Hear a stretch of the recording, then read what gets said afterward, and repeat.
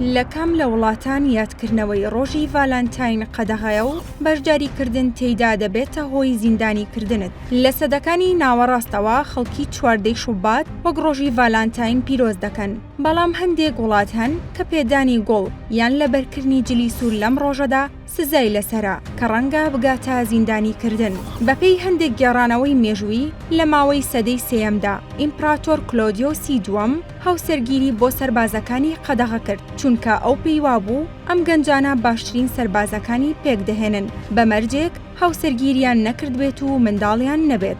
لەم نێوەندەدا قەشە ڤالانتاین بەنهێنی گرێبەستی هاوسەرگیری بۆ هەر سەربازێک ئەنجام دەدا کە پێویستایە هاوسەرگیری بکات. بەڵام ڕۆژێک ئیمپراتۆر کلۆدیۆسی دووەم بە بابەتەکەی زانی و قەشەی لە سێدارەدا، بۆیە دەوترێت ئەم ڕۆژە بە ناوی قەشە ڤالانتاینەوە ناونراوە.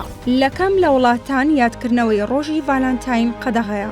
لە ساڵی 2005 دەسەڵاتدارانی مالیزیا فتوای ئاینیان دەرکرد کە ئاهەنگگێڕان بە بۆنەی ڤالانتاین قەدەغەیە، بۆیە لەو کاتەوە یادکردنەوەی ڤالانتاین لە وڵاتە قەدەغەیە و هەر کەسێک یاساشکێنی بکات دەستگیر دەکرێت. لە ساڵانی ڕابردوودا دەسەڵاتدارانی ئێران هەوڵی قەدەغەکردنی ئاهەنگەکانی ڕۆژی ڤالانتاینیان داوە و ئەو جەژنەیان بە نەریتێکی خراپی ڕۆژئاوایی و هەڕەشە بۆ سەر کلتوری ئێران وەسف کردووە.